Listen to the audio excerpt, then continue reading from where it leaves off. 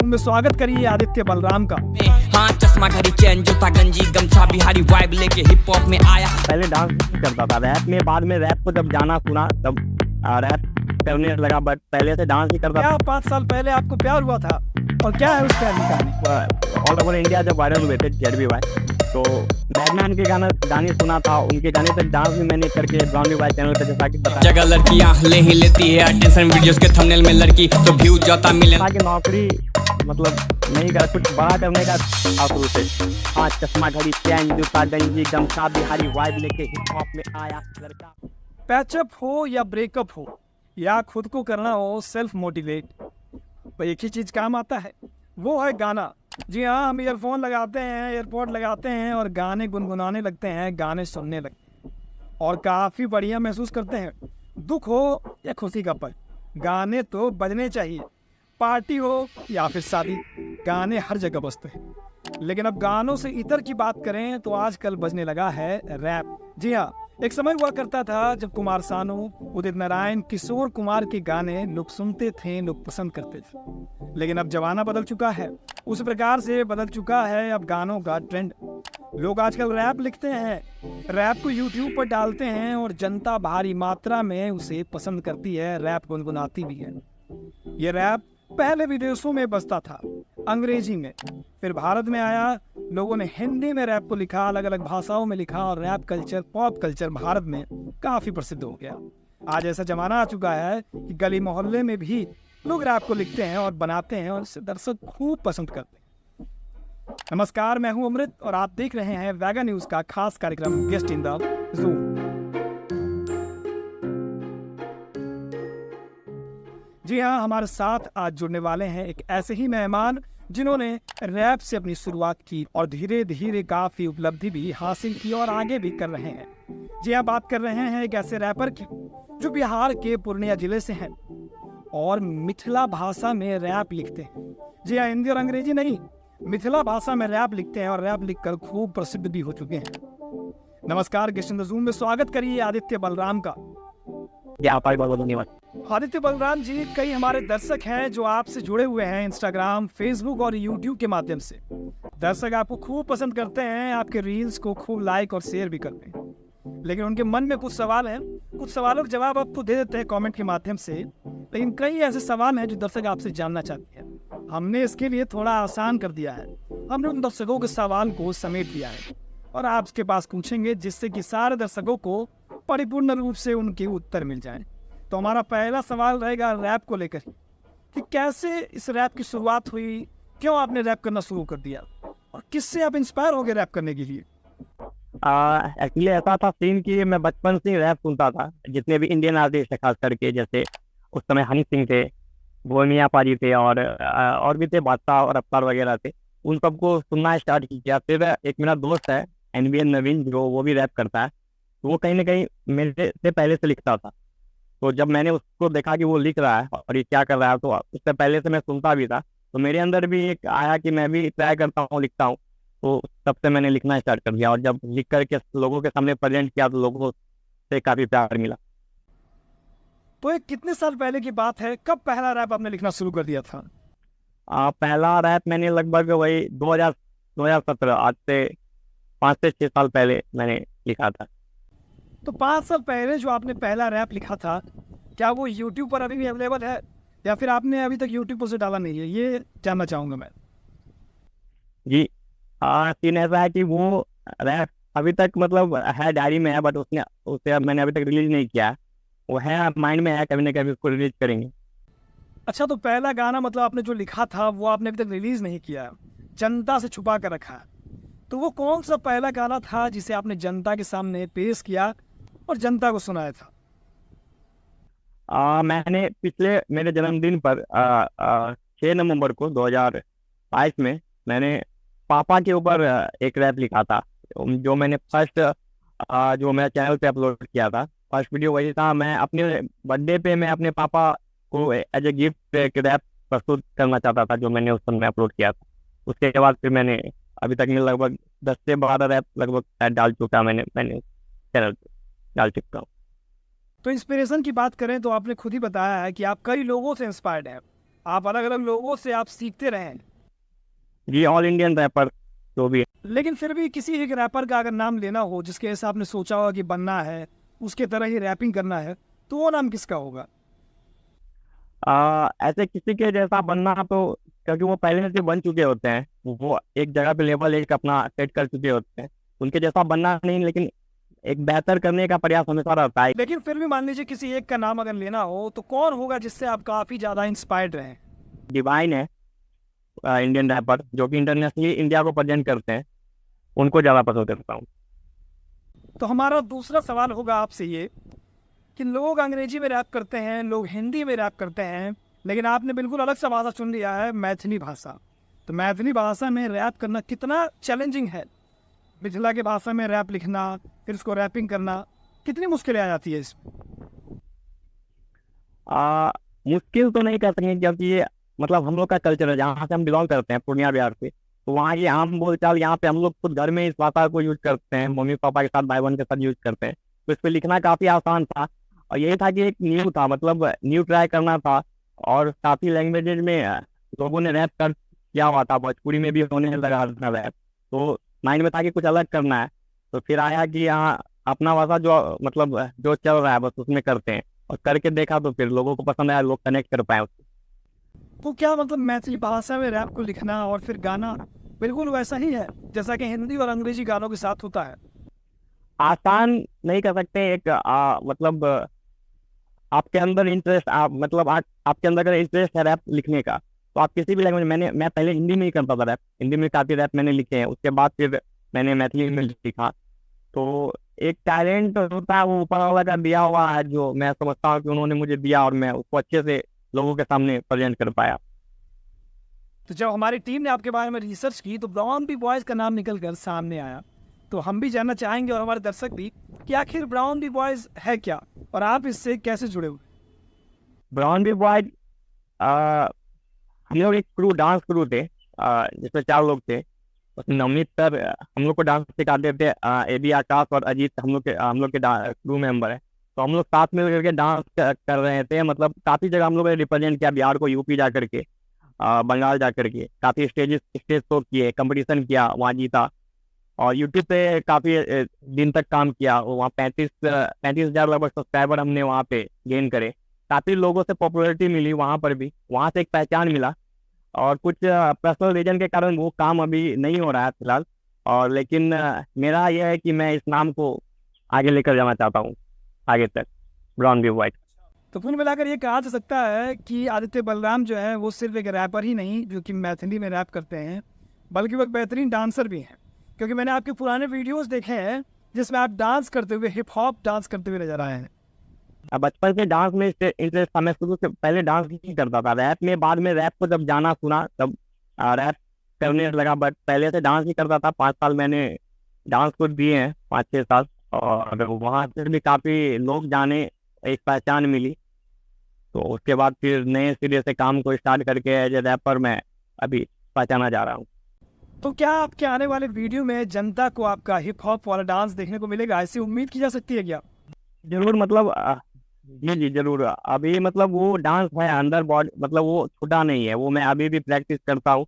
जी जरूर, वो एक एक्सरसाइज, एज एक्सरसाइज आप कोई भी कर सकता है, dance is also you can say exercise. तो अभी भी बस प्रैक्टिस चलता है, और कुछ ऐसा प्रोजेक्ट में अगर नीड हुआ या माइंड में है कुछ ऐसा करेंगे आगे चल के, तो उसमें एक अच्छा बेहतर तरीके से दिखाने का प्रयास रहेगा। आपने रैप का जिक्र किया, आपने हिप हॉप कल्चर का जिक्र किया, तो इंटरव्यू लेने से पहले हमने आपके गाने को, आपके रैप को खूब सुना, 5 बार सुना, 10 बार सुना। तो उसमें एक गाने में जिक्र आता है कि 5 साल पहले आप भी प्यार के झंझट में फंस चुके हैं। तो हम भी जानना चाहेंगे और हमारे दर्शक भी कि आखिर क्या 5 साल पहले आपको प्यार हुआ था और क्या है उस प्यार की कहानी? आज का जो जनरेशन है, आज का या बहुत पहले से कह सकते हैं, ये मतलब लव एक पार्ट होता है, मतलब लाइफ का, तो वो बहुत ही कम ऐसे लोग होंगे जो उनसे दूर रह पाते होंगे, कहीं ना कहीं कोई ना कोई, हर किसी के मन में मतलब कोई ना कोई रहता है। तो हाँ, मतलब ऐसे किसी रीजन के कारण वो मतलब नहीं पूरा हो सका।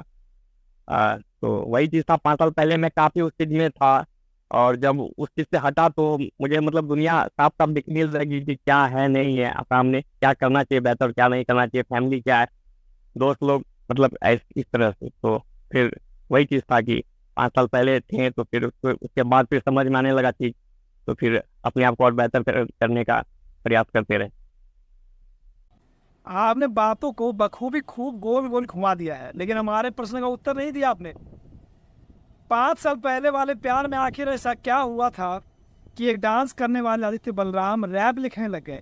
आपने भी खुद ही जिक्र किया कि 5 साल पहले आपने रैप लिखने की शुरुआत की थी और पहला रैप भी कब लिखा था। तो हम जानना चाहेंगे कि आखिर आपके साथ ऐसा क्या हो गया, क्या हुआ उस प्यार में कि आपको रैप लिखना पड़ गया। तो आपने रैप लिख दिया और उसे रिलीज भी नहीं किया अभी तक।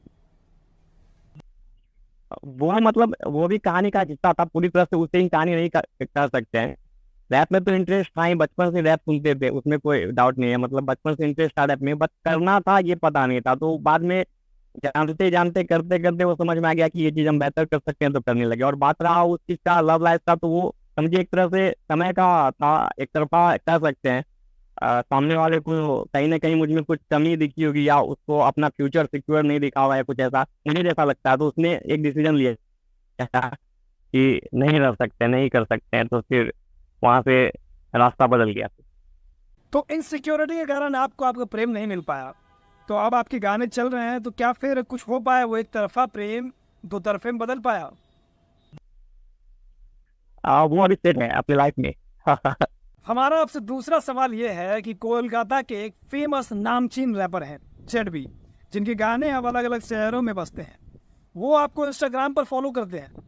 तो हमारे दर्शक जो हैं वो कयास लगा रहे हैं कि जल्द ही आपका जेडबी के साथ कोलैबोरेशन देखने को मिल सकता है। तो आखिर इस बात में कितनी सच्चाई है? क्या वाकई में कोई कोलैबोरेशन सामने आने वाला है? इस पर क्या कहेंगे आप? जी जरूर, मतलब मैं पहले से ही वो जब ऑल ओवर इंडिया जब वायरल हुए थे जेडबी भाई, तो मैं भी उनके गाने सुना था, उनके गाने पे डांस भी मैंने करके ब्राउन भाई चैनल पे, जैसा कि बताया मैंने आपको, उस पर डाला हुआ, काफी अच्छा व्यू वहाँ पे रिस्पॉन्स मिला था, और पहले से जानता था। बट उस समय जब मैं उनको जान रहा था, तो वो उस समय मुझे नहीं जान रहे थे। तो जब मैं थोड़ा सा हाईलाइट हुआ, लोग मेरे गाने जब सुनने लगे, तो उनके तक भी पहुंचा, तो फिर उन्होंने अप्रिशिएट किया और मुझे फॉलो बैक करके मेरे से बात भी की। और हो सकता है ऐसा करेंगे, अगर कभी ऐसा मौका मिला तो कोलैबोरेट कर सकते हैं। वाकई में कोई कोलैबोरेशन सामने आने वाला है?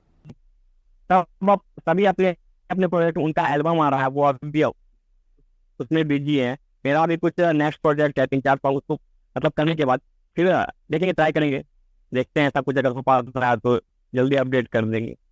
आपने डिवाइन का जिक्र किया था, तो हमारा सवाल ठीक उसी से कुछ कुछ जुड़ा हुआ है कि अगर इंडियन रैप कल्चर में देखें हम लोग, तो आज के समय में काफ़ी सारे रैपर्स हैं और इतने पॉपुलर हैं कि फॉरेन में भी उनके गाने बजते हैं।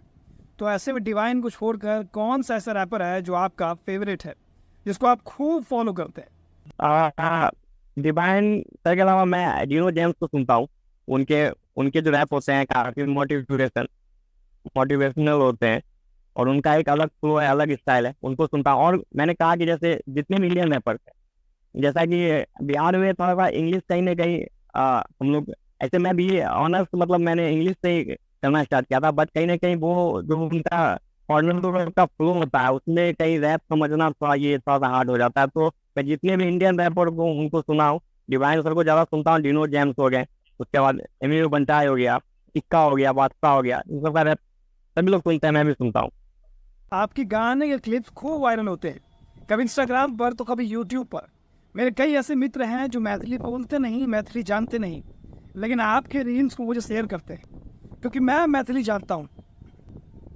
और ऐसे में बड़ा अच्छा सा भी लगता है कि हमारे खुद के भाषा में अब रैप हो रहा है और लोग उस रैप को खूब पसंद कर रहे हैं। आपके फ़ैन फॉलोइंग में हमने देखा है कि कई ऐसे लोग भी आपको फॉलो करते हैं जिनका मैथिली भाषा से, मिथिला से कोई दूर दूर तक वास्ता भी नहीं है, इतना फिर भी सपोर्ट करते हैं आपको। तो हमारा अगला सवाल यही है आपसे कि आपके माता पिता, आपके गांव वाले, आपके चाहने वाले आपको कितना सपोर्ट करते हैं? ये जरूर, अगर मैं कहूँ तो जो भी अभी मैं कर रहा हूँ उसका पूरा श्रेय कहीं ना कहीं मेरे फैमिली और मेरे फ्रेंड्स को जाता है, जो कि काफ़ी सपोर्टिव रहे शुरू से ही। मैं जो भी करना चाह, जब मैं डांस करता था उस समय भी सपोर्ट करते थे फैमिली के लोग, और उस समय भी फ्रेंड लोग सपोर्ट करते थे, जो भी 3-4 लोग दोस्त है जो खास है।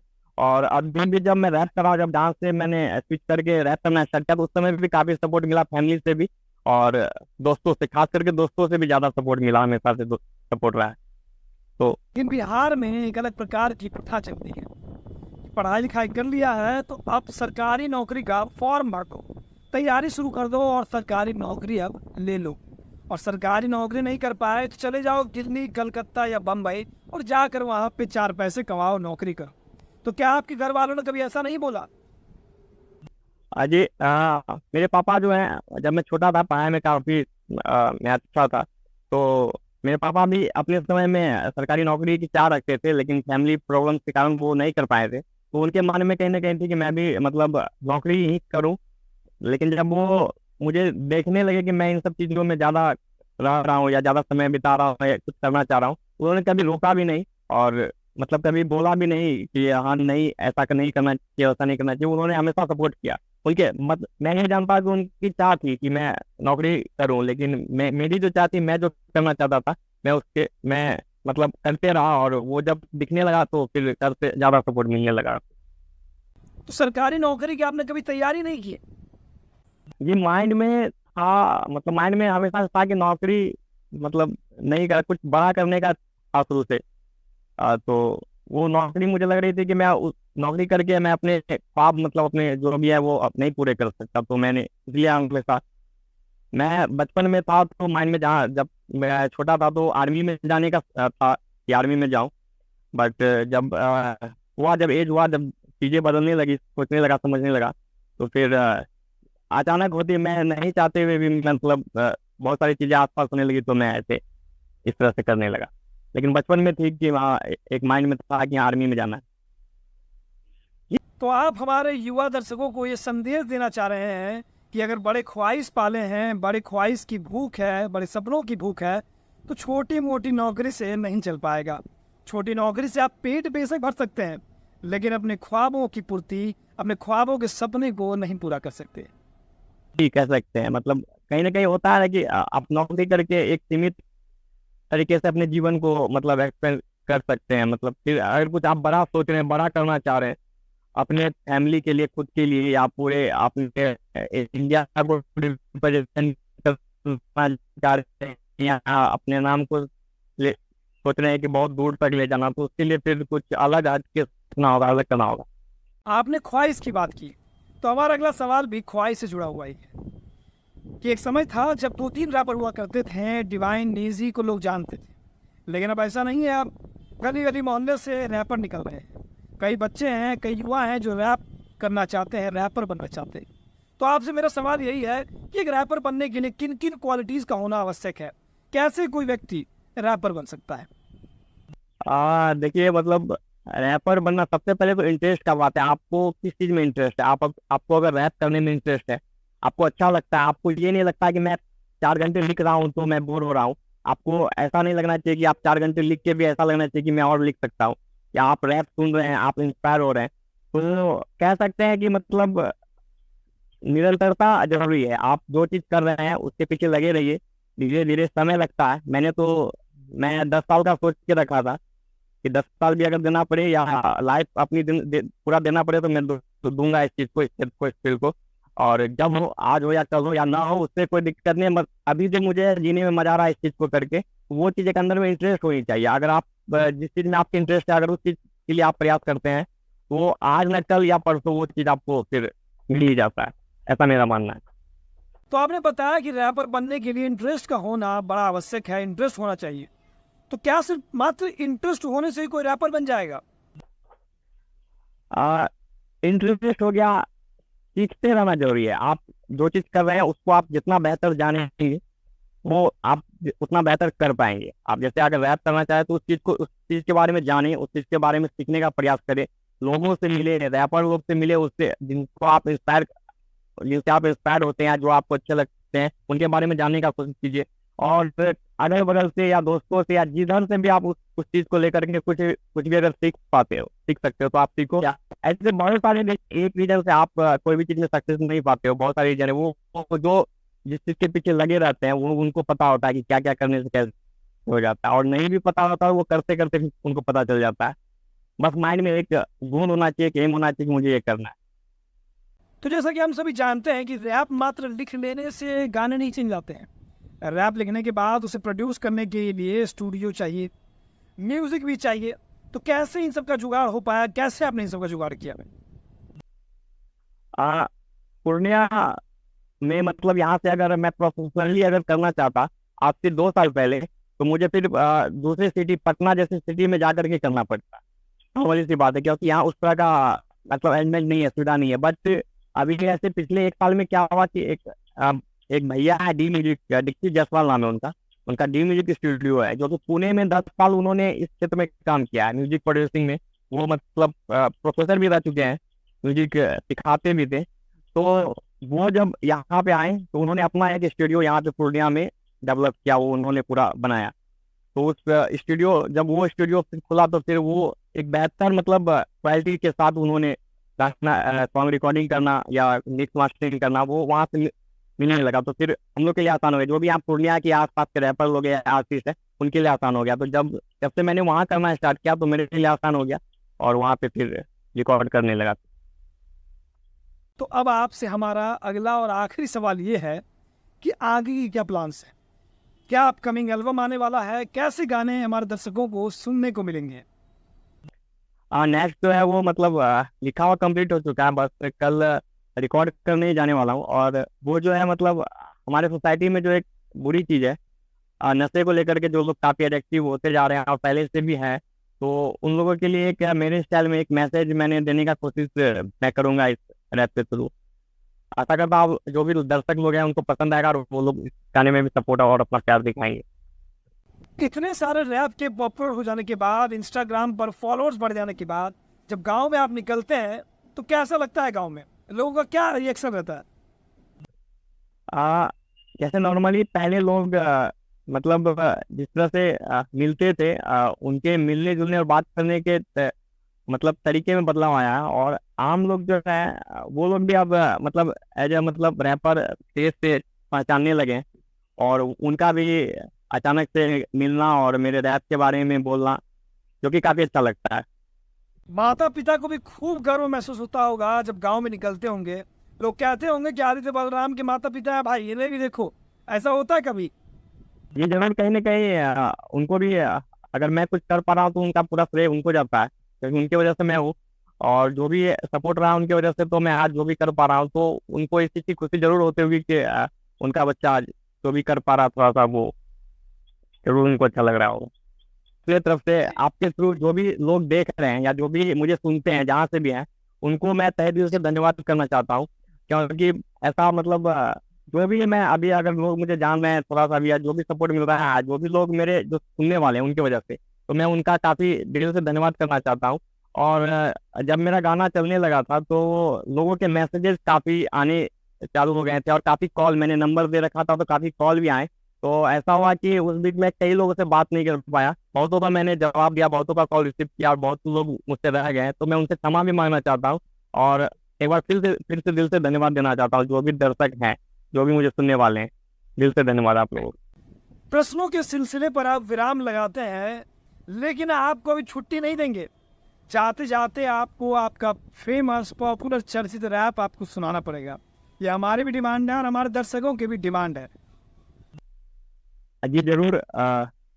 वार्ड नंबर 8 के बाद मैंने देहाती रैप डाला था, जो काफी तेजी से लोगों ने पसंद करना स्टार्ट किया और शेयर करना स्टार्ट किया। वो कुछ इस तरह से था।